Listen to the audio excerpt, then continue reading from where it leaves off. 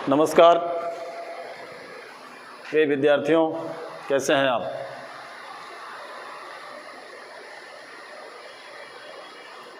इसके पहले हम लोगों के बीच में अपने विषय क्रम को आगे बढ़ाने का जो सिलसिला था, पाठ्यक्रम को जो हम लेके आगे चल रहे थे, उसमें एग्ज़ाम के दृष्टिकोण से परीक्षा को ध्यान में रखते हुए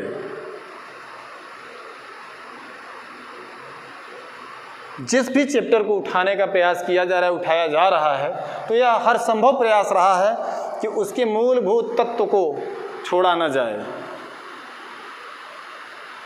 परीक्षा के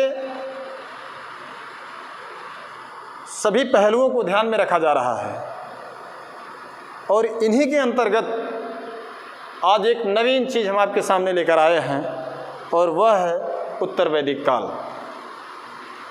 चूँकि पूर्व वैदिक काल अर्थात ऋग वैदिक काल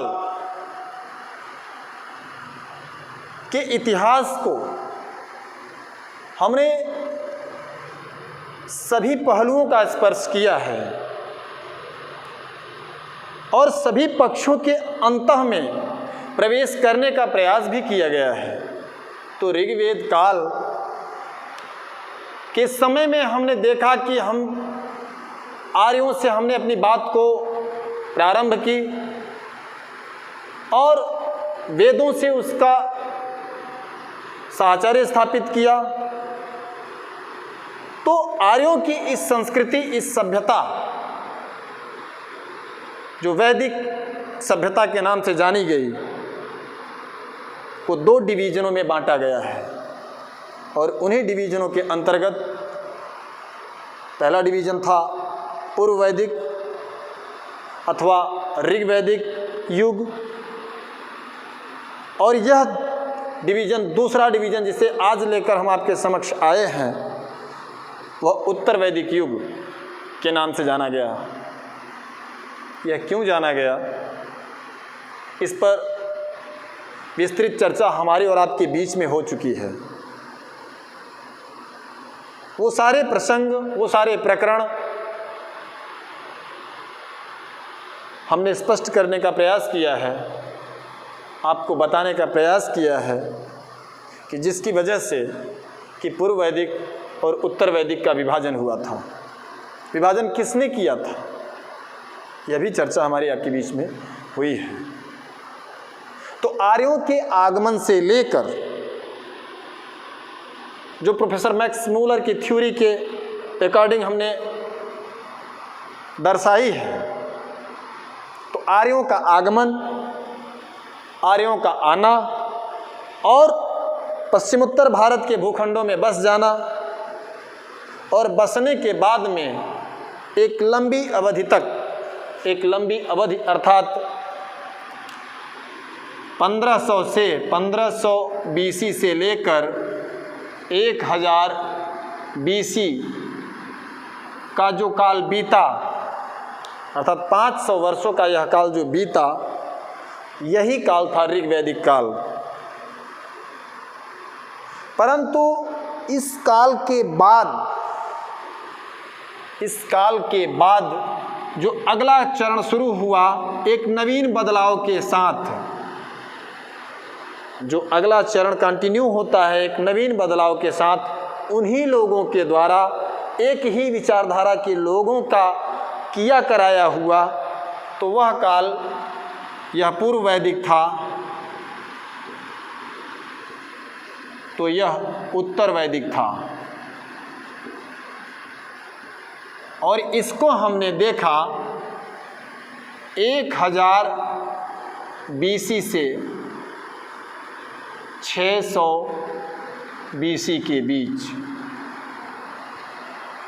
तो आज जो हम 1500 BC से लेकर 1000 BC के बीच में आर्यों के जिन कृत्यों को हमने देखा, उसमें उनका हमने क्या देखा कि उनका आना हुआ, आने के बाद में उनका बसाव शुरू हुआ।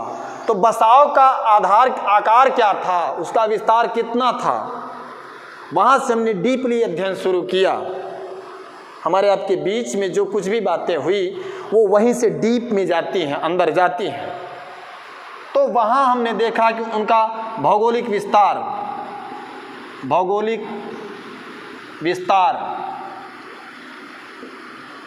उसके बाद में हमने देखा उनका राजनैतिक जीवन, उनकी राजनैतिक व्यवस्था क्या थी। फिर हमने देखा उनकी सामाजिक व्यवस्था,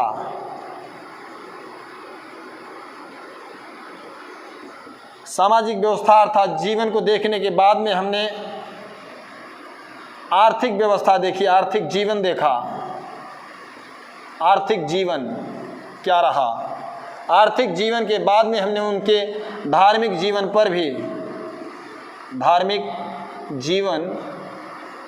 पर भी एक खाका खींचा। इन्हीं को बेस बनाते हुए हम उत्तर वैदिक काल को भी देखने का प्रयास करेंगे। सबसे पहले हम एक बात और भी जान लें कि जहाँ पूर्व वैदिक युग का जो प्रमुख साहित्य था वह था ऋग्वेद,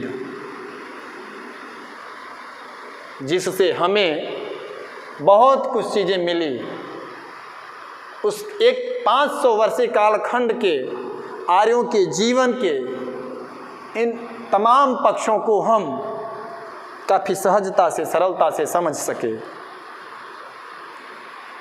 तो वैसे ही उत्तर वैदिक में हम सबसे पहले यह जानने का प्रयास करेंगे कि इस लेटर वैदिक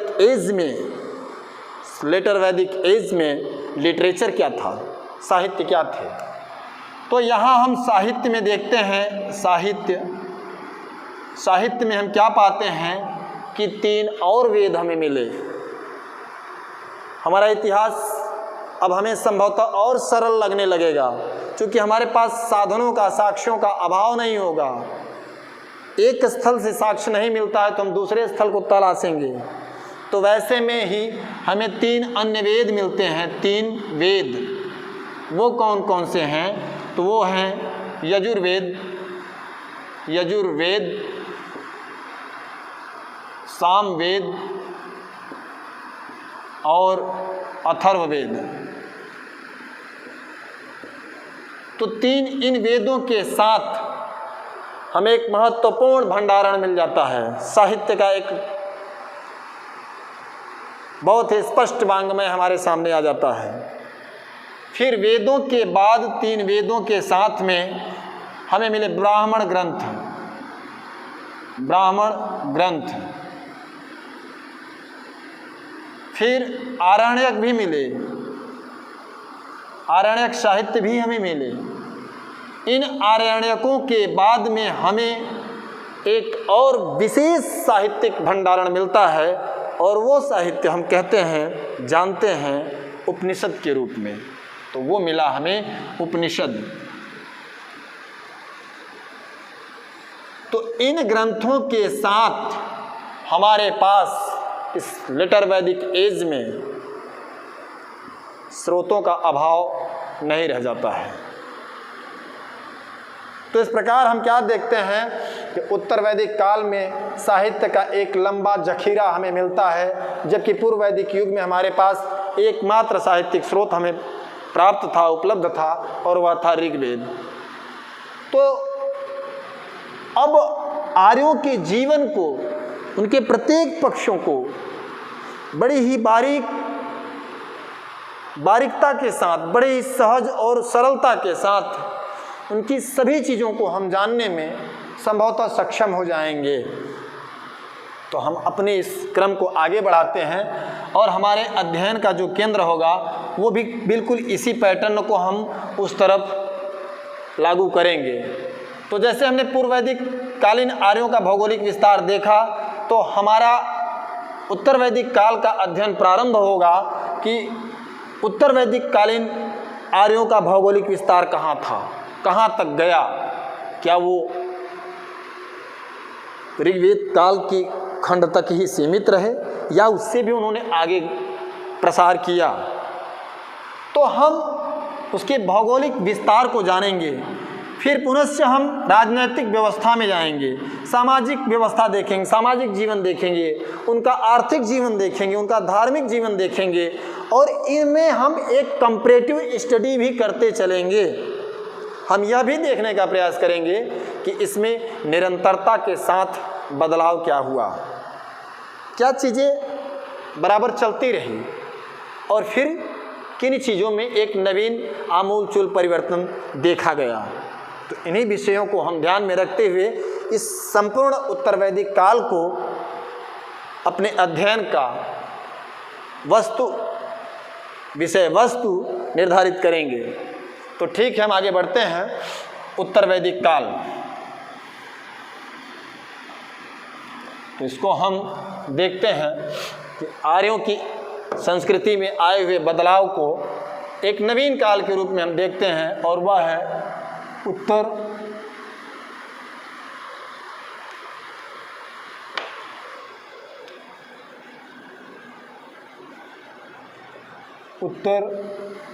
वैदिक युग। इस उत्तर वैदिक युग का काल क्या रहा? तो इसका काल रहा 1000 BC से लेकर 600 BC तक। इस कालखंड में हम उन सभी पक्षुओं को देखेंगे। तो उनके अब सबसे बड़ी बात हमारे समक्ष आती है कि उत्तर वैदिक युग में आर्यों का भौगोलिक विस्तार क्या रहा। भौगोलिक विस्तार, भौगोलिक विस्तार, आर्यों का भौगोलिक विस्तार क्या हुआ? आर्य उत्तर वैदिक काल में कहाँ से लेकर कहाँ तक, अर्थात पूर्व में कहाँ से पश्चिम में कहाँ तक, उत्तर में कहाँ से लेकर दक्षिण में कहाँ तक अपना प्रसार किए, वो कहाँ तक प्रसार करने में सक्षम रहे, सफल हुए, इसको हमें जानना है। तो इस बात को हम जानें, इसके विषय में हम आगे बढ़ें, इसके पहले हमें यह जान लेना चाहिए कि पूर्व वैदिक काल में, ऋग्वेद के काल में आर्यों का भौगोलिक विस्तार कहाँ से कहाँ तक था। एक मैप के माध्यम से हमने पूर्व वैदिक काल के अध्ययन के समय में देखा था, तो उसी विधा को हम यहाँ भी देखने का प्रयास करते हैं। तो हम सर्वप्रथम भारत की सिचुएशन को जानने का प्रयास करेंगे। हम यह देखेंगे कि भारतीय स्थिति में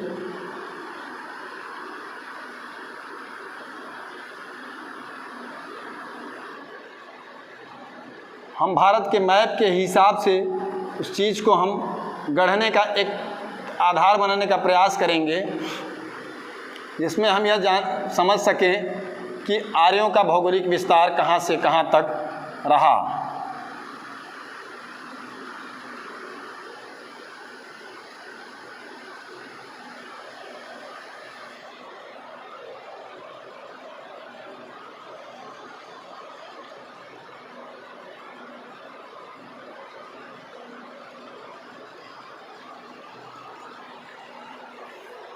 हम एक आधार स्वरूप यह मान लेते हैं कि यह हमारा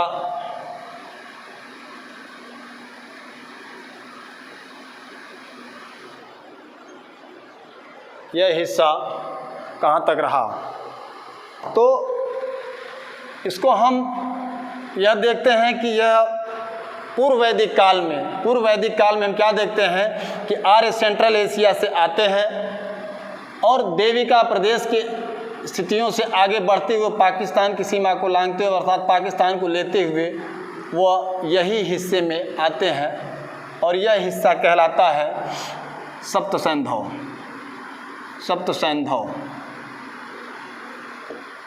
सप्त सैंधव में आर्यों का काफ़ी प्रसार हम देखते हैं, क्योंकि सप्त सैंधव में हम देखते हैं कि यह वह एरिया था जिसमें कि भारत का कुछ हिस्सा लेकर, पंजाब वाला हिस्सा लेकर पाकिस्तान और अफ़गानिस्तान का भी कुछ क्षेत्र इसके अंतर्गत आता था।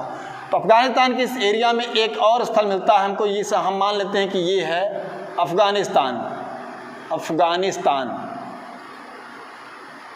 अर्थात ये देवी का प्रदेश है, देवी का प्रदेश का क्षेत्र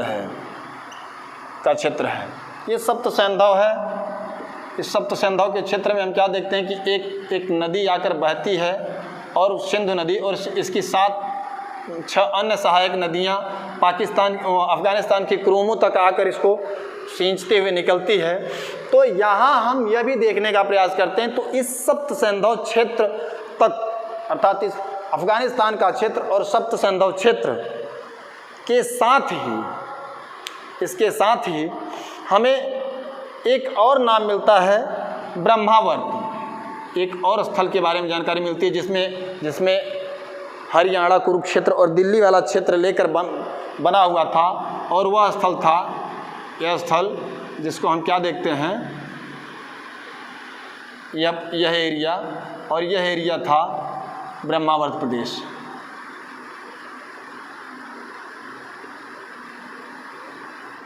ब्रह्मावर्त क्षेत्र या प्रदेश भी हम कह सकते हैं, ये ब्रह्मावर्त प्रदेश है।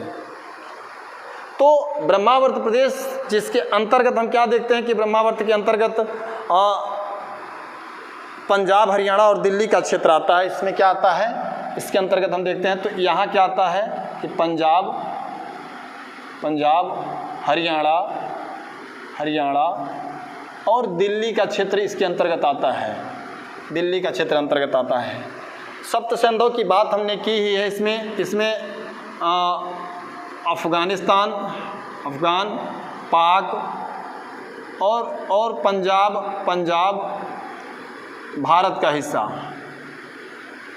हिस्सा इसके अंतर्गत आता है। ये अफ़गानिस्तान का बेल्ट है ही, देवी का प्रदेश का क्षेत्र।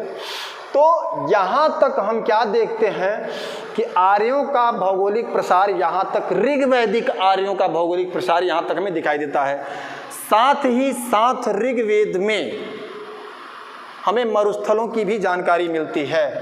तो ये मरुस्थल वाला एरिया, पंजाब मरुस्थल जो है वो राजस्थान में ही है। ये मरुस्थल है, ये कौन सा एरिया है, ये मरुस्थल है, अर्थात ये उत्तरी राजस्थान का एरिया है, उत्तरी राजस्थान का यह क्षेत्र आता है।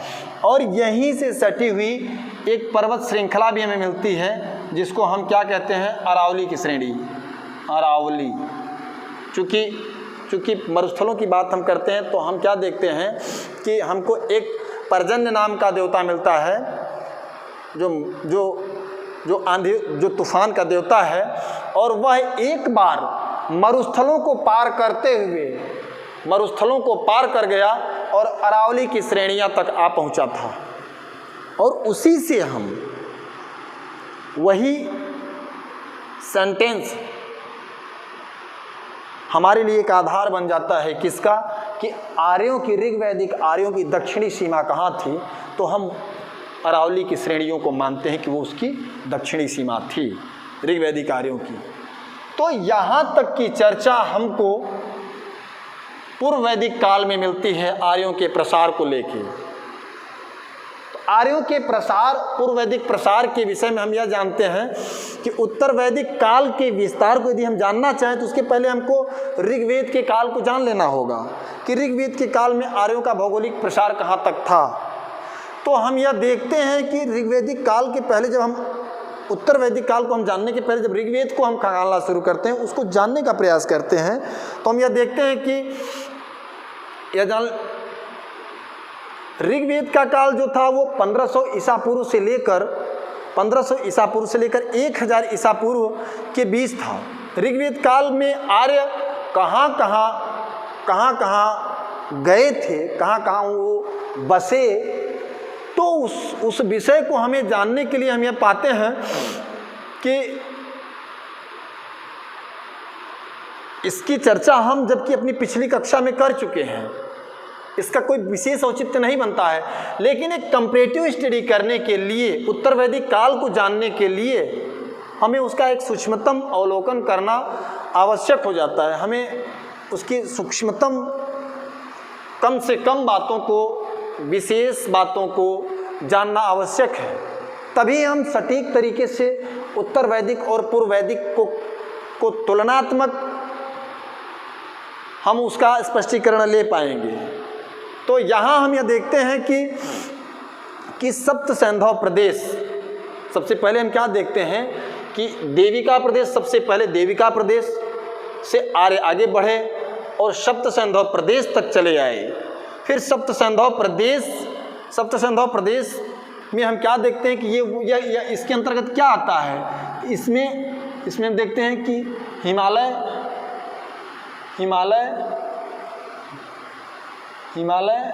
और कश्मीर का क्षेत्र, हम इसको कह सकते हैं कि हिमालय और कश्मीर का क्षेत्र, उत्तरी क्षेत्र, ये सारी चीज़ें इसके अंतर्गत आते हैं। तो ये पूरा भौगोलिक दायरा इसके अंतर्गत आ रहा है। फिर इसके बाद ब्रह्मावर्त, इसके बाद हम फिर क्या देखते हैं, इसके बाद जब हम आगे बढ़ते हैं तो हम क्या देखते हैं कि ब्रह्मावर्त क्षेत्र अर्थात पंजाब, हरियाणा और दिल्ली वाला क्षेत्र तथा साथ ही इसमें मरुस्थलों का भी वर्णन मिलता है, मरुस्थलों का वर्णन मिल जाता है। जो उत्तरी राजस्थान था, जिसको हमने स्पष्ट कर लिया कि यह उत्तरी राजस्थान था। और इसके बाद में अंत में हम एक चीज़ और देखते हैं कि ऋग्वेद में हमें एक और विशेष बात मिलती है। वह क्या है कि हमको उत्तराखंड से 2 नदियाँ निकलते हुए दिखाई देती हैं, और वो 2 नदियाँ क्या हैं, गंगा और यमुना। क्या है ये, गंगा और ये यमुना। गंगा का ऋग्वेद में एक बार उल्लेख मिलता है, गंगा का ऋग्वेद में एक बार उल्लेख मिलता है, एक बार वर्णन मिलता है। और वहीं यमुना का वर्णन हमको 3 बार मिलता है। ऋग्वेद में गंगा की चर्चा 1 बार और यमुना की चर्चा 3 बार आती है। तो गंगा और यमुना की चर्चा जब आती है 3 बार, तो हम क्या देखते हैं कि यह पश्चिमी उत्तर प्रदेश का क्षेत्र, पश्चिमी उत्तर प्रदेश अर्थात इन दोनों को हम मिला लेते हैं तो क्या हम पाते हैं कि पश्चिमी उत्तर प्रदेश का क्षेत्र भी पूर्व वैदिक युगीन आर्यों की जद में था, उनकी सीमा में था। तो यहाँ तक की चीज़ें हम देखते हैं कि यहाँ तक आर्यों का लगभग प्रसार हो चुका था। आर्यों की सीमाएं यहाँ से ऐसे ही गुजर रही थी, ये आर्य सीमाएं यहाँ तक आ रही थी। तो यहाँ हम जो देखते हैं कि इस अरावली की श्रेणियों तक के जो क्षेत्र हैं, अर्थात उसमें देविका प्रदेश का क्षेत्र, हिमालय और सप्तसैंधव क्षेत्र, ब्रह्मावर्त का क्षेत्र और गंगा यमुना का पश्चिमी किनारा, जहाँ गंगा की चर्चा 1 बार और यमुना की चर्चा 3 बार मिल जाती है। हाँ, तो यह कहा जा सकता है कि अतः पूर्व में गंगा, अतः हम यह कह सकते हैं कि पूर्व में गंगा, अर्थात हम क्या कह सकते हैं, इसकी सीमा निर्धारित करनी हो तो हम क्या देखेंगे, पूर्व, पश्चिम, उत्तर और दक्षिण। तो पूर्व में कहाँ तक, गंगा, पश्चिम में अफगानिस्तान।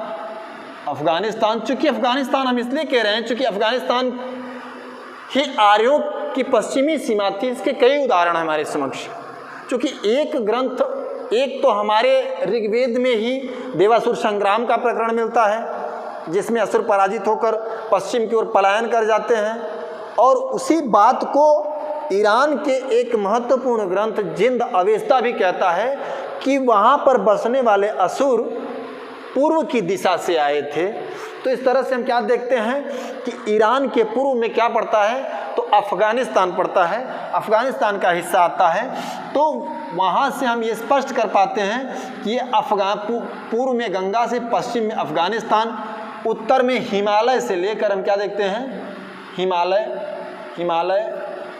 क्योंकि हिमालय की जो चोटियाँ हैं, पश्चिमी हिमालय की, चूँकि ऋग्वेद में जब हम पर्वतों का उल्लेख करते हैं तो पर्वतों में हमने देखा कि उनके पास पश्चिमी हिमालय का ज्ञान था, जिसे वो हिमवंत कहते थे और हिमवंत की कई चोटियों से ऋग्वेद काल के आर्य परिचित भी थे। और उन चोटियों में मुजवंत, शिलावंत, अर्जिक, सरयानाव्रत, इस तरीके से कई चोटियों से ऋग्वैदिक आर्य परिचित थे।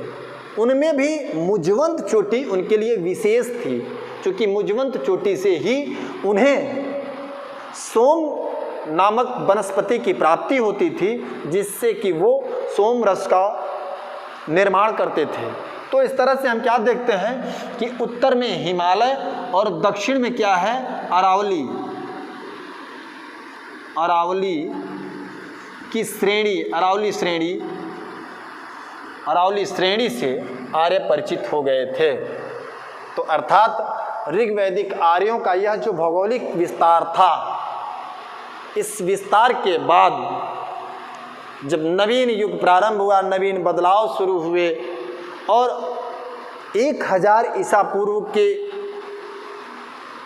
समय एक नवीन धातु से जब आर्यों का परिचय हुआ, तो उनके जीवन में एकाएक बड़ा बदलाव शुरू हुआ और वह नवीन धातु थी लोहे का प्रयोग।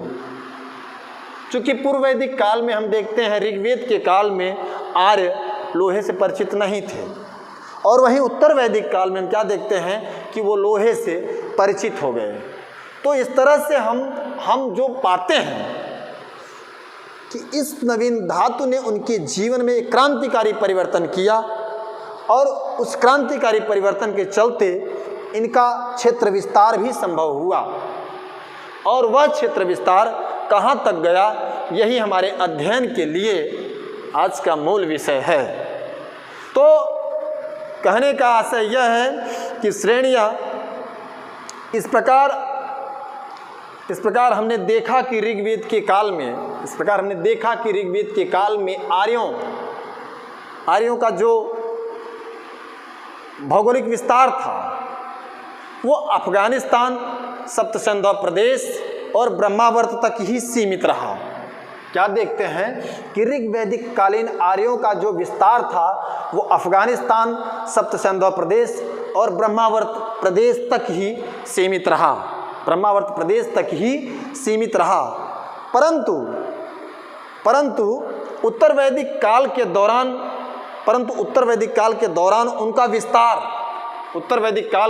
उनका विस्तार और आगे भी वो और आगे बढ़े, और आगे बढ़ते हुए वो आगे बढ़े और आगे बढ़कर वो कहाँ आए, इस क्षेत्र से वो आगे की ओर बढ़ते हैं और वो इस पूरे क्षेत्र को ले लेते हैं। और ये क्षेत्र अर्थात गंगा यमुना का दोआब, अर्थात ये क्या कहलाया, गंगा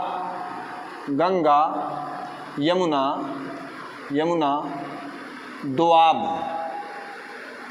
दोआब का जो क्षेत्र था ये ब्रह्मर्षि देश कहलाया। यही पूरा जो था इसको क्या कहा गया, इसको ब्रह्मर्षि कहा गया, इसको ब्रह्मर्षि प्रदेश कहा गया। ब्रह्मर्षि प्रदेश, ये ब्रह्मर्षि प्रदेश कहलाया। तो ये एरिया भी अब आर्यों के सानिध्य में आ गया। तो गंगा यमुना का दोआब वैसे भी काफ़ी उपजाऊ था, और इस उपजाऊ के साथ ही उनके जीवन में अब वह अस्थायीपन खत्म हो गया और उनका जीवन स्थायित्व की ओर आया, क्योंकि उनके जीवन में कुछ बदलाव आ गए। और वह बदलाव था कि जहाँ पूर्व वैदिक कालीन आर्य पशुपालक था, पशुपालन उनकी फर्स्ट प्रायोरिटी थी, वहीं उत्तर वैदिक काल में एग्रीकल्चर जो थी आर्यों की फर्स्ट प्रायोरिटी हो गई। और पहली वरीयता में जब उन्होंने कृषि को अपनाया और पशुपालन को द्वितीय क्रम दिया, तो उनके जीवन में स्थायित्व आ गया। अब उनका जीवन ठहर गया, और इस ठहराव ने उनके विस्तार को और बढ़ाना शुरू किया। तो जहां हम पूर्व वैदिक काल में हम क्या देखते हैं कि राजा जो होता था वह जनपति या लोगों का अधिपति होता था, क्षेत्र से, उसका भूमि से उसका कोई लेना देना नहीं था। और उत्तर वैदिक काल में यह कॉन्सेप्ट बदल गया, यह अवधारणा बदल गई और वह अवधारणा अब वह जनपति के साथ साथ क्षेत्रपति या भूपति की भी उपाधियां ले लेगा, क्योंकि वह क्षेत्रों के लिए लड़ेगा, भूमि के लिए लड़ाइयाँ होंगी। तो ऐसी स्थिति में उसका भौगोलिक विस्तार अब दिनों दिन बढ़ना शुरू होगा। तो हम क्या देखते हैं कि जहाँ पूर्व वैदिक काल में वह वहाँ देविका प्रदेश, सप्त सैंधव प्रदेश और ब्रह्मावर्त तक ही सीमित था, वहीं उत्तर वैदिक काल में आर्य ब्रह्मर्षि प्रदेश तक आए और ब्रह्मर्षि प्रदेश के साथ ही वो आगे बढ़े, यहाँ से भी वो आगे बढ़े और बिहार में बहने वाली एक नदी जिसे हम क्या कहते हैं, सदानीरा, इसी को आज गंडक के नाम से जाना जाता है, गंडक, यहाँ तक वो अपना विस्तार करते हुए आ गए। तो गंडक नदी उनके विस्तार की एक सीमा निर्धारित हुई। फिर हम आगे देखते हैं तो क्या पाते हैं कि आर्य, पूर्व वैदिक आर्य जहाँ अरावली तक सीमित थे, तो वहीं हम क्या देखते हैं कि ऋग्वेद के काल में जहाँ गंगा यमुना की चर्चा सिर्फ कम से कम बार हो रही, अर्थात 3 बार और 1 बार हुई, और इस पूर्व वैदिक काल में हमको कुछ ऐसी नदियाँ थी जिनकी चर्चा नहीं की गई है। वहीं उत्तर वैदिक काल के साहित्य में हम क्या देखते हैं कि हमें एक नदी और की चर्चा और मिलती है, और वह नदी है रेवा नदी, रेवा, जिसे हम रेवा नदी, जिसे हम नर्मदा के नाम से जानते हैं, की चर्चा मिलती है। साथ ही अरावली के अलावा हमको जो पर्वत श्रृंखलाएं मिलती हैं, इसके साथ ही हमें एक पर्वत श्रृंखला सतपुड़ा और एक पर्वत श्रृंखला हमको विंध्य की पहाड़ियाँ भी मिलती हैं, विंध्याचल श्रेणी, विंध्य की पहाड़ियाँ भी हमें मिलती हैं। तो इस विंध्य की पहाड़ियों की चर्चा आर्यों के विस्तार को इंडिकेट करती है। तो जहाँ आर्यों के पास, पूर्व वैदिक आर्यों के पास सिर्फ पश्चिमी हिमालय का ज्ञान था, वहीं हम एक और चीज़ देखते हैं कि वहीं उत्तर वैदिक कालीन आर्यों के पास पूर्वी हिमालय का भी ज्ञान हो गया था। ये क्या है? ये पूर्वी हिमालय का भी इनको ज्ञान था। और पूर्वी हिमालय की कई चोटियों की चर्चा उत्तर वैदिक कालीन साहित्य में मिलती है। उन्हीं में जैसे मैनाक, त्रिकूट, क्रौंच, इन चोटियों की चर्चा हमको उत्तर वैदिक कालीन साहित्य में मिलनी शुरू होती है। तो हिमालय से लेकर विंध्य की पर्वत श्रृंखला के बीच का यह जो भूभाग था, इस भूभाग को उत्तर वैदिक काल में मध्य देश कहा गया। यह मध्य देश के नाम से जाना गया। तो हम क्या देखते हैं कि पूर्व वैदिक कालीन आर्य जहां अफगानिस्तान, सप्त सैंधव प्रदेश और ब्रह्मावर्त क्षेत्र तक ही सीमित रहा, वहीं उत्तर वैदिक काल में वो आगे बढ़कर हम देखते हैं कि वो ब्रह्मर्षि प्रदेश, मध्य देश, साथ ही साथ हमें रेवा नदी के साथ ही हमें विंध्याचल की पर्वत श्रृंखलाओं से भी परिचय कराकर सदानीरा नदी से भी हमारा परिचय करा दिया जाता है। तो ये ऋग्वैदिक कालीन आर्यों का यह विस्तार यहाँ तक पूरा उत्तर वैदिक काल में विस्तारित हो चुका था। तो उनके भौगोलिक विस्तार को जब हम देखते हैं तो हम यही पाते हैं कि वह कई क्षेत्रों से मिलकर जब बन रहा है जो प्रदेश, तो इसी प्रदेश को पंडित राजशेखर ने इसे एक नवीन नाम दिया और वह नाम था आर्यावर्त। उन्होंने किस किस को मिलाकर कहा? तो उन्होंने अफगानिस्तान, सप्त सैंधव, ब्रह्मावर्त क्षेत्र प्लस ब्रह्मर्षि देश, मध्य देश अर्थात हिमालय और विंध्याचल की पहाड़ियों के बीच का भूभाग, हिमालय और विंध्याचल की पहाड़ियों के बीच का भूभाग जो मध्य देश था, इतनी चीज़ों को, इतने भौगोलिक क्षेत्र को मिलाकर उन्होंने जो नाम दिया वह नाम था आर्यावर्त। तो इस तरह से हम देखते हैं कि उत्तर वैदिक काल में आर्यों का विस्तार, आर्यों का जो विस्तार है उसको जब हम देखने का प्रयास करते हैं तो हम क्या पाते हैं कि वो पूर्व में कहाँ से पश्चिम में कहाँ तक, उत्तर में कहाँ से दक्षिण में कहाँ तक था। तो पूर्व में सदा नीरा अर्थात गंडक नदी से लेकर पश्चिम में अफगानिस्तान,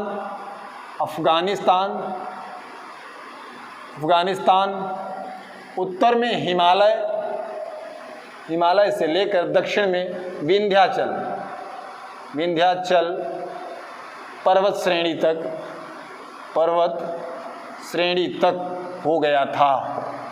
तो भौगोलिक विस्तार में हम क्या देखते हैं कि उत्तर वैदिक काल में आर्यों का जो भौगोलिक विस्तार था वो उत्तर में हिमालय से लेकर दक्षिण में विंध्याचल पर्वत श्रेणी तक, पूर्व में सदानीरा गंडक से लेकर अफगानिस्तान तक फैल चुका था। तो इस तरह से हम क्या देखते हैं कि सदानीरा अर्थात बिहार और बंगाल का क्षेत्र भी हम मान सकते हैं, बिहार प्लस कुछ बंगाल का हिस्सा से लेकर आर्य परिचित हो चुके थे। इस पूरे भौगोलिक क्षेत्र से आर्यों का परिचय हो गया था और इसी पूरे भौगोलिक क्षेत्र को ही पंडित राजशेखर ने आर्यावर्त नाम दिया। तो भौगोलिक विस्तार में हम क्या देखते हैं कि जहाँ इसके पूर्व में उत्तर वैदिक के पहले हम जब जाते हैं, हम पूर्व वैदिक में जाते हैं तो हम क्या देखते हैं कि आर्यों का विस्तार जो था पूर्व में गंगा से लेकर पश्चिम में अफगानिस्तान तक, उत्तर में हिमालय से लेकर दक्षिण में हिमालय, ये भी पश्चिमी हिमालय से ये पूर्व वैदिक काल में परिचित होते हैं और पूर्वी हिमालय से वो उत्तर वैदिक काल में परिचित होते हैं। अर्थात उत्तर वैदिक काल में आर्यों के पास संपूर्ण हिमालय की जानकारी हो गई थी। तो उत्तर में वो पश्चिमी हिमालय से लेकर दक्षिण में अरावली की श्रेणी तक ही उनका विस्तार था, अरावली की श्रेणी तक से ही वो परिचित थे। परंतु उत्तर वैदिक काल में उनका विस्तार एक लंबा विस्तार हुआ और अब वे दो दिशाओं की ओर ज़्यादा उनका फैलाव हुआ। और वो दो दिशाएं क्या थी कि पूर्व में सदानीरा तक वो गए, पूर्व में वो बढ़ते बढ़ते जहाँ वो गंगा के पश्चिमी पश्चिमी उत्तर प्रदेश के क्षेत्र तक ही गंगा से उनका परिचय था। वहीं वो गंगा के संपूर्ण दोआब क्षेत्र जिसको कि ब्रह्मर्षि प्रदेश कहा गया, उससे भी परिचित हुए और साथ ही गंगा से आगे बढ़कर वो गंडक नदी तक अर्थात सदानीरा नदी तक के भूभाग से वो परिचित हुए। तो पूर्व में वो गंगा से लेकर पश्चिम में वो अफगानिस्तान तक और उत्तर में हिमालय से लेकर दक्षिण में वो विंध्याचल तक उनका विस्तार हुआ। इस बीच का जो संपूर्ण भूभाग था वह एक नवीन देश के रूप में जाना गया और जिसको मध्य देश के नाम से ज्ञात हुआ। तो इस तरह से एक लंबा विस्तार, एक लंबा फैलाव उत्तर वैदिक आर्यों का हमको दिखाई देता है। अब बात आती है कि आखिर आर्यों का यह विस्तार हुआ, अब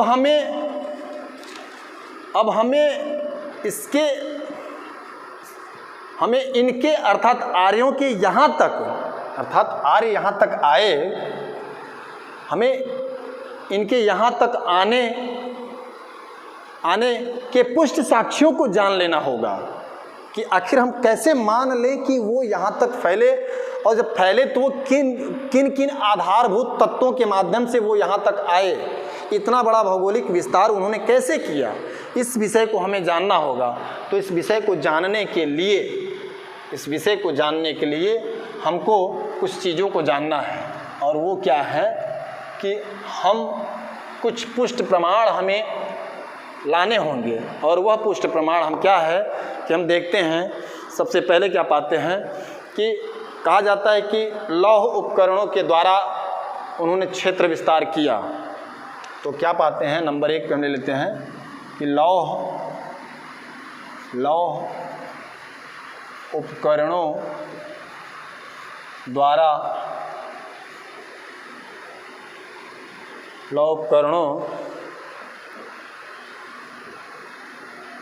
के प्रयोग द्वारा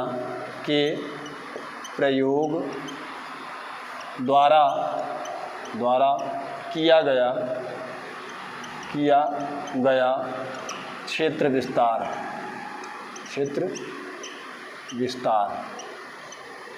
दूसरी बात में हम क्या पाते हैं कि आग के द्वारा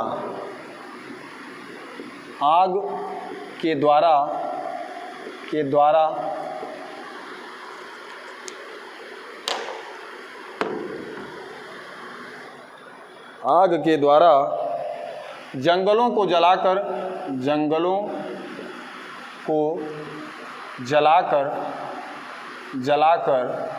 किया गया क्षेत्र विस्तार।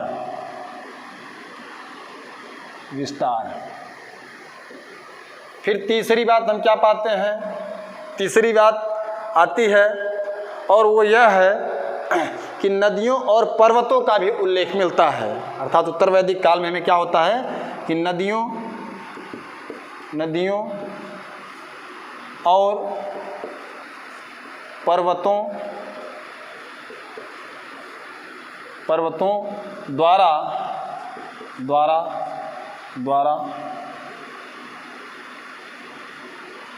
द्वारा वर्णन, ये भी हमें स्पष्ट करते हैं कि कुछ नदियाँ और पर्वत भी ये बता देते हैं कि हम आर्यों की सीमा में हैं, और उनको आज जब देखा जाता है तो यह स्पष्ट हो जाता है कि यहाँ तक आर्य आ चुके थे।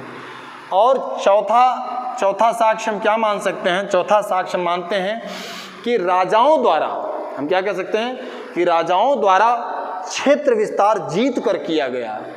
हाँ, क्षेत्र विजित करके, हाँ, राजाओं द्वारा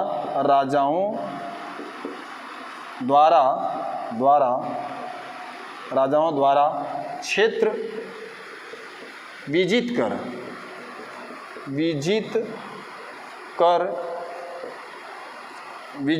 किया गया क्षेत्र विस्तार किया गया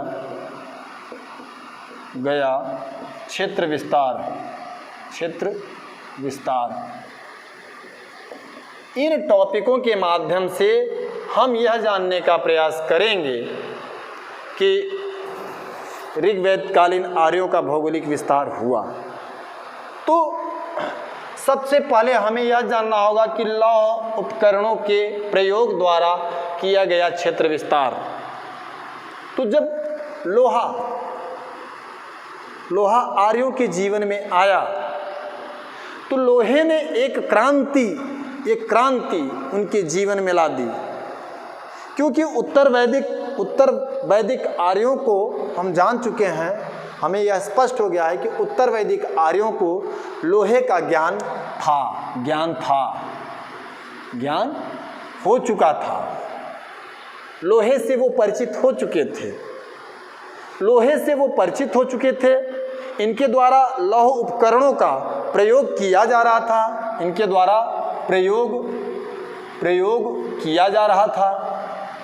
किया जा रहा था। यह हम कैसे कह सकते हैं? इस बात को हम कैसे कह सकते हैं? तो इसके लिए हमारे पास पुख्ता प्रमाण है, और प्रमाण ये है इसकी 1000 BC ईसा पूर्व में पाकिस्तान के पाक के गांधार क्षेत्र में क्या है कि कुछ कब्रें मिली हैं, और उन कब्रों में शवों के साथ कुछ उपकरण भी रखे गए, और वो उपकरण किस धातु के थे? तो वो उपकरण लौह धातु के ही थे, लौह धातु के हैं। तो 1000 ईसा पूर्व उत्तर वैदिक आर्यों का युग है, और उस युग में कब्रों में लोहे के इंस्ट्रूमेंट टूल्स का मिलना, उपकरणों का मिलना, यह स्पष्ट कर देता है कि लोहे से वो परिचित हो चुके थे, और लोहे के प्रयोग से ही उन्होंने जंगलों की सफाई की होगी। कृषि में उन्होंने कृषि उपकरणों के रूप में उसका इस्तेमाल किया होगा, और इन्हीं की वजह से उनके जीवन में अधिशेष उत्पादन की प्रक्रिया आई होगी, और इसी अधिशेष उत्पादन की प्रक्रिया ने उन्हें उन्हें क्षेत्र विस्तार करने की ओर बढ़ा दिया होगा, उनको प्रोत्साहित किया होगा, और जिसके चलते उनका दिनों दिन क्षेत्र हम पूर्व और मध्य देश की ओर बढ़ता चला गया। तो लौह उपकरणों के चलते ये चीज़ हमें दिखाई देती है। फिर सिर्फ पाकिस्तान या गंधार के क्षेत्र तक ही लौह उपकरणों के विषय में हम नहीं कह सकते, क्योंकि उसका एक प्रमाण यह मिलता है कि गंगा यमुना के दोआब वाले क्षेत्र में भी, गंगा यमुना के दोआब वाले क्षेत्र में भी हम क्या देखते हैं ने भी कि उत्तर वैदिक काल में लौह उपकरणों का प्रयोग किया जा रहा था। गंगा यमुना के दोआब वाले क्षेत्र में भी लौह उपकरणों का प्रयोग किया जा रहा था। वह कैसे किया जा रहा था? तो हम यह देखते हैं कि उत्तर प्रदेश के पश्चिमी उत्तर प्रदेश के एटा जिले का अतिरंजी खेड़ा नामक स्थान से, पश्चिमी उत्तर प्रदेश के एटा जिले का अतिरंजी खेड़ा नामक स्थान एक ऐसा स्थान रहा जहाँ से कि हमें लोहे के प्रमाण प्राप्त हुए, और वह लोहा उत्तर वैदिक युग का निर्धारित किया गया। तो अतिरंजी खेड़ा से भी हमको लोहे के अवशेष मिले, उधर हमको पाकिस्तान के गांधार क्षेत्र से कब्रों से भी लोहे के अवशेष मिले। तो इन लोहों ने व्यक्ति के जीवन में क्रांतिकारी परिवर्तन किया, और जब उनसे जो उपकरण बनाए गए, हथियार बनाए गए, कुल्हाड़ियाँ बनाई गई जिनसे जंगलों की सफाई, और कृषि के उपकरण जो बनाए गए जिनसे कृषि उत्पादन में वृद्धि संभव हो सकी, और इस प्रोत्साहन ने ही उन्हें आगे की ओर, पूर्व की ओर, मध्य देश की ओर बढ़ने के लिए प्रोत्साहित किया। तो ये चीज़ स्पष्ट हो जाती कि लौह उपकरणों का प्रयोग जो किया गया उससे भी यह क्षेत्र विस्तार इसका संभव हो पाया। तो हम यह देखते हैं कि ये सारी चीज़ें स्पष्ट हो जाती हैं। फिर दूसरी बात हम आते हैं कि आग के द्वारा जंगलों को जलाकर किया गया क्षेत्र विस्तार।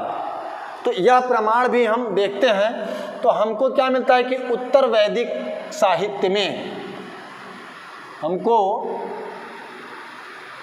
उत्तर वैदिक युग का एक साहित्य है, उत्तर वैदिक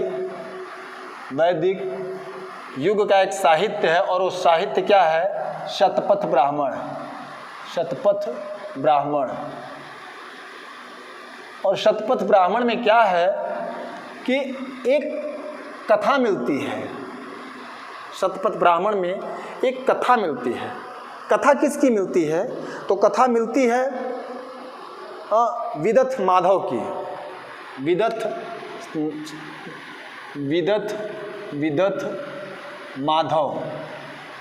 माधव की एक कथा मिलती है। ये विदथ माधव सरस्वती नदी के तट पर निवास करते थे। विदथ माधव ने अपने पुरोहित, विदथ माधव इनका पुरोहित कौन थे? इनके पुरोहित थे गौतम राहुगण,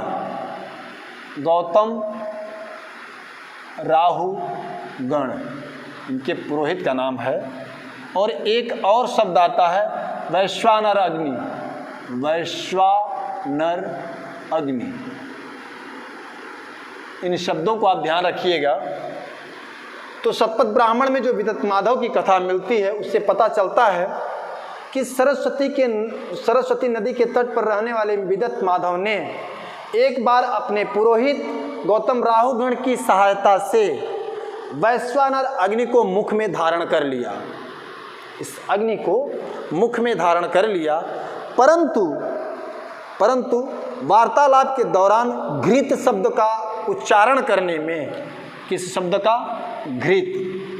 घृत शब्द का उच्चारण करने में वह अग्नि उनके मुख से बाहर आकर जमीन पर गिर गई। और जब वह वैश्वानर अग्नि जमीन पर गिरी तो वहीं से उसने जंगलों और नदियों को जलाना शुरू कर दिया। और वह वैश्वानर अग्नि सिंधु सरस्वती नदी का क्षेत्र, वही हरियाणा के पास, हरियाणा की घग्घर नदी है, तो हरियाणा क्षेत्र से यहाँ निवास करने वाले यहाँ से वह अग्नि पूर्व की ओर बढ़ने लगी। और यह अग्नि, वैश्वानर अग्नि, वहाँ से जंगलों और नदियों को जलाते हुए पूर्व की दिशा की ओर बढ़ने लगी। और उसने रास्ते में सभी नदियों और जंगलों को जलाकर राख कर दिया। परंतु आगे जाते जाते वह वैश्वानर अग्नि यहाँ तक आई और गंडक नदी को, वह सदा नीरा नदी को, जो शतपथ ब्राह्मण उल्लेख करता है, वह वैश्वानर अग्नि सब कुछ जलाते हुए पूर्व की ओर बढ़ रही थी, परंतु यह अग्नि सदा नीरा नदी को न जला सकी। अर्थात यह अग्नि यहीं सदा नीरा नदी के तट पर, सदा नीरा नदी के किनारे ही बुझ गई। तो इस कथा से शतपथ ब्राह्मण की इस विदत माधव कथा से भी यह स्पष्ट होता है कि आर्यों ने जंगलों को काटा, जंगलों को आग के हवाले किया, और जैसे भी संभव हो सकता था उन्होंने उसका क्षेत्र विस्तार करना शुरू किया। और वह क्षेत्र विस्तार उत्तर वैदिक काल में सदा नीरा नदी तक चला आया था। पूर्व की दिशा में सदा नीरा नदी तक चला आया, और दूसरी ओर हम देखते हैं तो उनकी पूर्वी सीमा भी यही नदी सदा नीरा नदी निर्धारित करती है। तो इस तरह से विदत माधव की कथा के माध्यम से भी आग के द्वारा जंगलों को जलाकर क्षेत्र विस्तार करने की बात आती है। विदत माधव की कथा के साथ एक यह विशेष बात आ जाती है कि इसके बाद जो दूसरा प्रकरण हमारे लिए बनता है नदियों और पर्वतों द्वारा वर्णन, कि नदियाँ और पर्वत, जो उत्तर वैदिक साहित्य में हमको नदियों की चर्चा या पर्वतों की जो चर्चा मिलती है, वह भी स्पष्ट करने लगती है कि नहीं, यह आर्यों का यह क्षेत्र सही है, इसके हम प्रमाण हैं। तो इन प्रमाणों में हम क्या देखते हैं कि नदियों में हम क्या देखते हैं, उत्तर वैदिक साहित्य शतपथ ब्राह्मण में, उत्तर वैदिक साहित्य शतपथ ब्राह्मण में, इसी ब्राह्मण ग्रंथ में, शतपथ ब्राह्मण में ही हमें किस नदी का नाम मिलता है? रेवा नदी। रेवा नदी की चर्चा मिलती है। इस रेवा नदी को वर्तमान में हम किस नदी के नाम से जानते हैं? तो हम नर्मदा नदी के नाम से जानते हैं। तो इस रेवा नदी की चर्चा हमें मिलती है, साहित्य में मिलती है। जो विंध्याचल, और यह नदी क्या है? यह रेवा नदी विंध्याचल और सतपुड़ा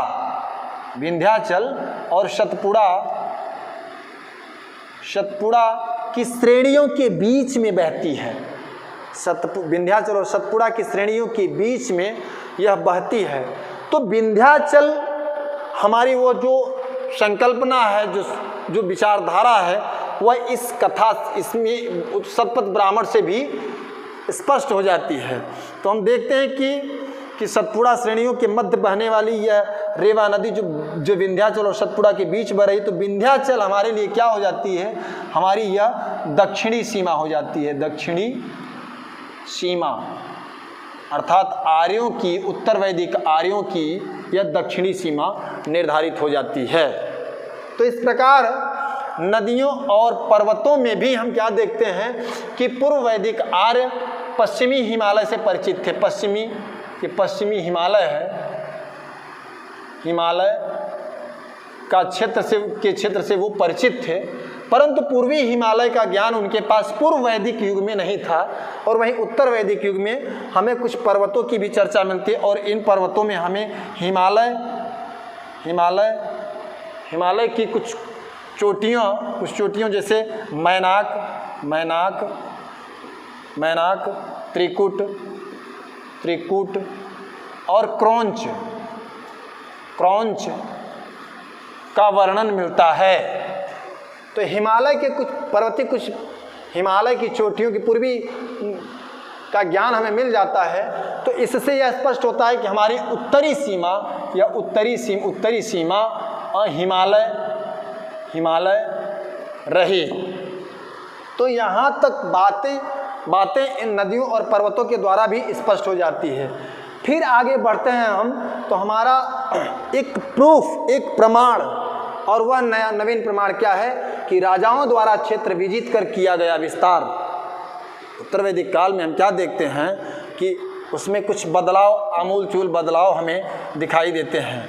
और वह बदलाव क्या है, इस क्रम के अंतर्गत हम क्या देखते हैं, सबसे मूल विषय क्या होता है कि अब हम क्या देखते हैं कि ऋग्वेद कालीन समाज, चूँकि ऋग्वेद कालीन समाज जो था वह कबीलाई समाज था, जिसकी चर्चा हम पूर्व में कई बार कर चुके हैं। और वह कबीलाई समाज जो था, कबीले, वो उनके कबीले कई जनों में बटे हुए थे, अर्थात वह जनों में बटे थे। और वो जन या क्षेत्र, जो कबीले थे, जन या क्षेत्र, जन जो थे वो क्षेत्र में या भूभाग में आधारित नहीं थे। जो उनके जन थे, जो ऋग्वैदिक कालीन जन थे, वो क्या था कि वो क्षेत्र या भूभाग आधारित नहीं थे, आधारित नहीं थे। जबकि उत्तर वैदिक काल में हम क्या देखते हैं, उत्तर वैदिक काल में हम क्या देखते हैं कि ये जन अब क्षेत्र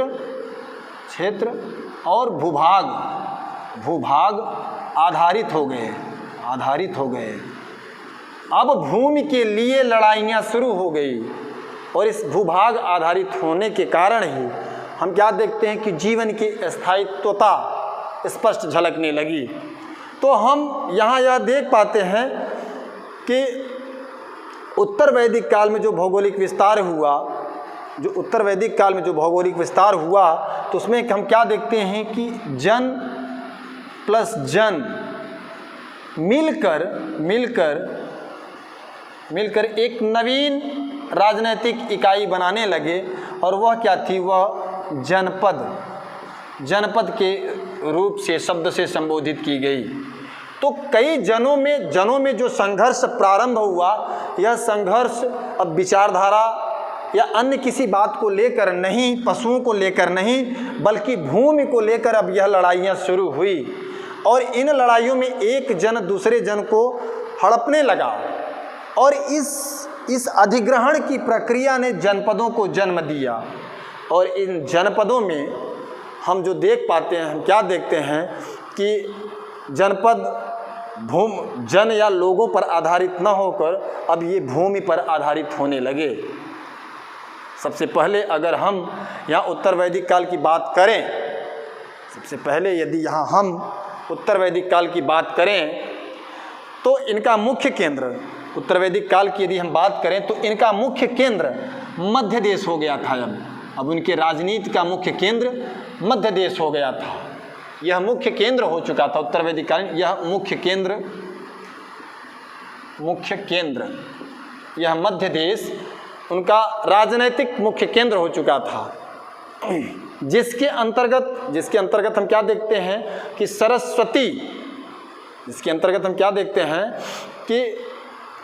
सरस्वती से गंगा नदी तक का क्षेत्र आता था। इस मध्य क्षेत्र के भूभाग में हम क्या देखते हैं कि दो महत्वपूर्ण जनपदों के रूप में उभर कर सामने आ गए थे। वो कौन से, तो वो थे कुरु और पांचाल। कुरु और पांचाल क्या थे, इनको थोड़ा सा हम जान लेते हैं। तो हम जानने का प्रयास करते हैं कि राजाओं द्वारा क्षेत्र विजित करके जो विस्तार किया जा रहा था, उसमें हम जो देखते हैं, इसमें हम क्या पाते हैं,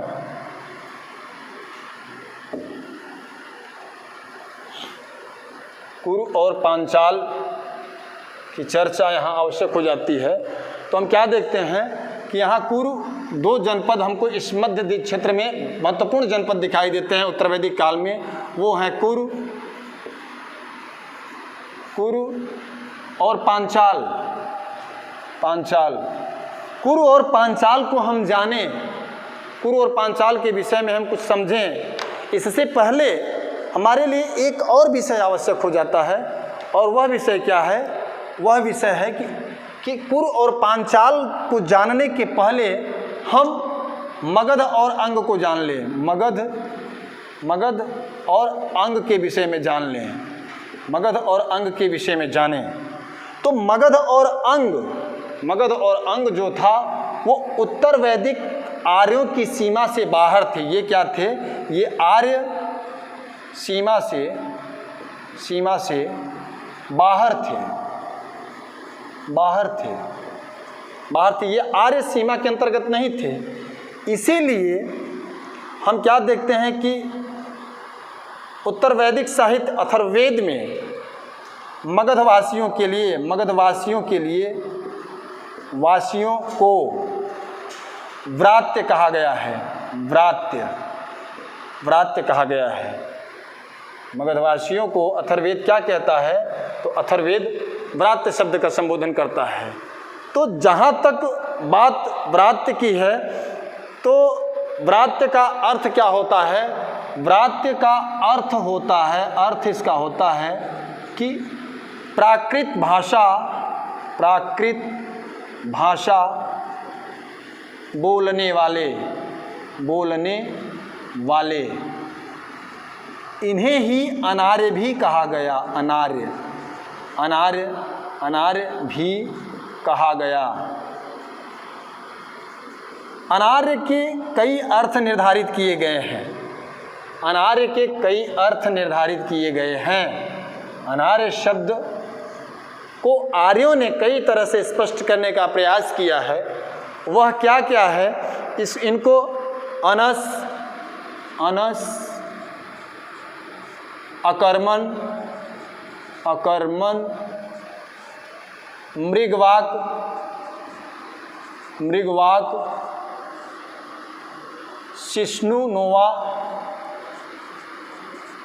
शिष्णु नोवा भी कहा है।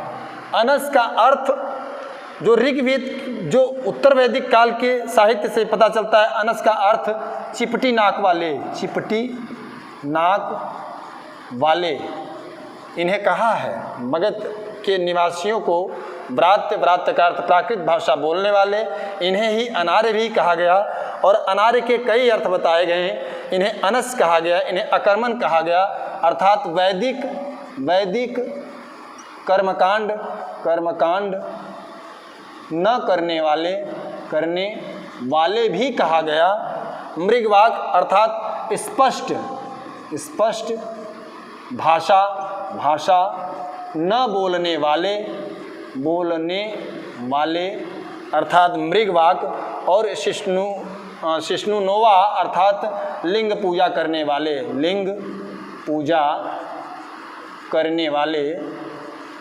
वाले भी कहा गया। इस प्रकार अनस का अर्थ चिपटी नाक वाले, अकर्मण वैदिक कर्मकांड न करने वाले, मृगवाक अर्थात स्पष्ट भाषा न बोलने वाले, और शिष्णुनोवा अर्थात लिंग पूजा करने वाले कहा गया। मगध और अंग जो थे वो इनके बाहर थे। तो इस प्रकार हम क्या देखते हैं कि मगध की सीमा और अंग की सीमा आर्य क्षेत्र से बाहर थी। मगध और ये सीमाएं आर्य क्षेत्र के बाहर थी। तो साथ ही अब इन विषयों के साथ हम पुनः अपने मूल विषय कुरु और पांचाल पर आ जाते हैं, जो कि उत्तर वैदिक काल के मध्य देश के बीच में ही बसने वाले दो महत्वपूर्ण जनपद थे। इनके विषय में जो कुछ भी जानकारियाँ मिलती हैं, उसकी प्रारंभिक जानकारियाँ हमको जान लेना आवश्यक हो जाता है। चूँकि हम देखते हैं कि कुरु जो जनपद था, कुरु जनपद दो जनों के सहयोग से अर्थात भरत प्लस पुरु जनपद, भरत और पुरु मिलकर जो जनपद बने थे वह जनपद क्या कहलाया? तो वही जनपद कुरु कहलाया। तो कुरु जनपद कहलाया तो हम क्या देखते हैं कि कुरु जनपद की राजधानी क्या थी? कुरु की राजधानी क्या थी? कुरु की राजधानी राजधानी हस्तिनापुर थी। हस्तिनापुर थी। हस्तिनापुर एक महत्वपूर्ण पक्ष है, इसको आप ऐतिहासिक दृष्टिकोण से आप देखते चले जाएंगे तो उसका बड़ा महत्व है। इसका प्रमुख राजा जो हस्तिनापुर का प्रमुख शासक मिलता है, प्रमुख शासक कौन मिलता है? तो प्रमुख शासक परीक्षित मिलता है। परीक्षित जिसे उत्तर वैदिक साहित्य में मृत्युलोक का देवता कहा गया है। परीक्षित के लिए ही यह शब्द आया है, इसका आप ध्यान रखेंगे। कहा गया है परीक्षित के बाद हस्तिनापुर का शासक जनमेजय हुआ। जनमेजय ने दो महत्वपूर्ण यज्ञ किए, दो यज्ञ किए। एक उसने सर्प यज्ञ और दूसरा उसने अश्वमेध यज्ञ किया। अश्वमेध यज्ञ भी किया। जनमेजय के बाद हस्तिनापुर का शासक निचक्षु हुआ। निचक्षु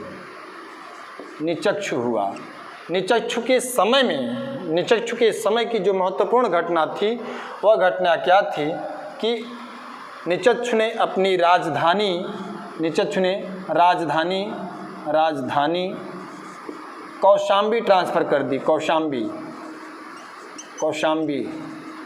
कौशाम्बी राजधानी ट्रांसफ़र कर दी। परंतु ऐसा क्यों किया उसने? क्योंकि निचक्षु के समय में गंगा में भयंकर बाढ़ आने के कारण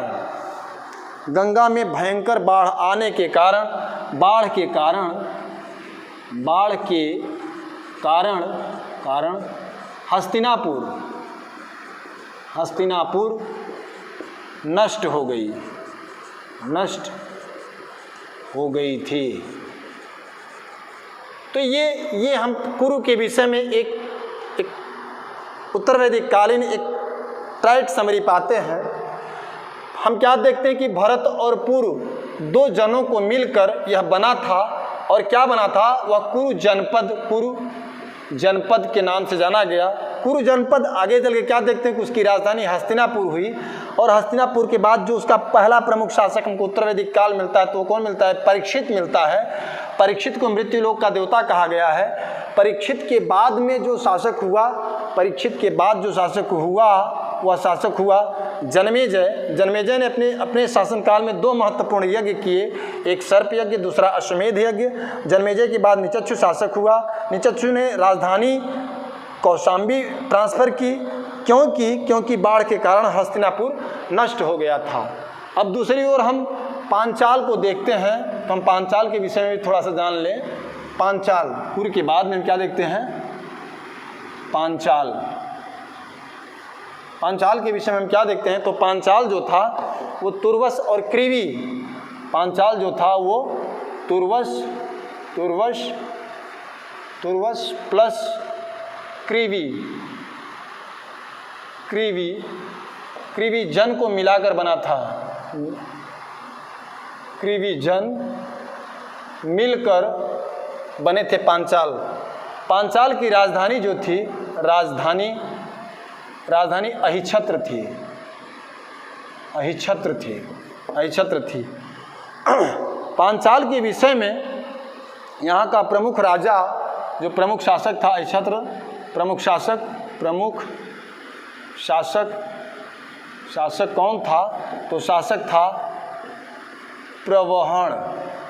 प्रवहण मिलता है, जो अपने ज्ञान के लिए विख्यात था, प्रवहण। फिर उसके बाद में हम क्या देखते हैं कि यहाँ जाबाली का शासक हुआ। जाबाली एक प्रमुख शासक रहा पांचाल का, जिसके समय में इसका विशेष विस्तार हुआ। विस्तार होता है तो पांचाल के क्रम में जाबाल के बाद में विस्तार हुआ और जो विस्तार हुआ, यही विस्तार आगे चलकर हम क्या देखते हैं कि वो जीतते हुए कहाँ चला जाता है, वह वरुणा और असी के क्षेत्रों को जीत लेता है। और इसी वरुणा और असी के क्षेत्रों को जीतने के कारण यहाँ काशी एक नवीन राज्य की स्थापना होती है। वरुणा और असी के संगम ही था कि जो वाराणसी थी। तो काशी के बाद में हम क्या देखते हैं, काशी राज्य निर्मित होता है। काशी निर्मित हुआ और आगे चलकर विदेह यहाँ के शासक हुए, विदेह शासक हुए। तो इस प्रकार हम क्या देखते हैं कि उत्तर वैदिक काल में उनके भौगोलिक विस्तार के संदर्भ में जो ये सारी चीज़ें थी वो स्पष्ट करती हैं। और यहीं से उन महत्वपूर्ण 4 पॉइंटों के चलते इनका विकास हो सका। और उनमें क्या था कि लौह उपकरणों की भूमिका रही, फिर आग के द्वारा जो कुछ भी जलाया गया, जलाकर भी क्षेत्र विस्तार किया गया, फिर नदियों और पर्वतों के माध्यम से भी हमारे सामने एक लंबी उसकी फहरिस्त मिल पाई। और साथ ही शासकों की भूमिकाएं जो अब जन आधारित या लोगों पर जिनका शासन था, अब वह शासन बदलाव की ओर गया और वह अब भूमि पर शासन की होड़ में आ गए। तो इनके चलते इनका विस्तार हुआ। तो इस प्रकार हम क्या देखते हैं कि ओवरऑल मिलाकर भौगोलिक विस्तार के दृष्टिकोण से हम देखें तो उत्तर वैदिक काल में आर्यों का जो भौगोलिक विस्तार था वह ईस्ट, वेस्ट, नॉर्थ और साउथ में क्या देखते हैं कि ये सदा नीरा नदी से लेकर पूर्व में सदा नीरा नदी से लेकर पश्चिम में अफगानिस्तान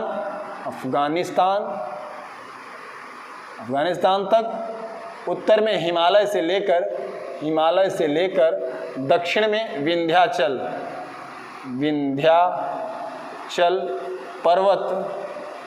पर्वत श्रृंखला तक आर्यों का संपूर्ण विस्तार हो चुका था। तो इस प्रकार हमारा यह मूल भौगोलिक विस्तार पूरा होता है।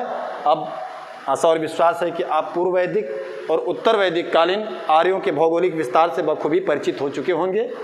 और इसके बाद अगले क्रम में हमारी आपकी मुलाकात उत्तर वैदिक कालीन राजनीतिक व्यवस्था के साथ होती है। ठीक है, धन्यवाद, नमस्कार।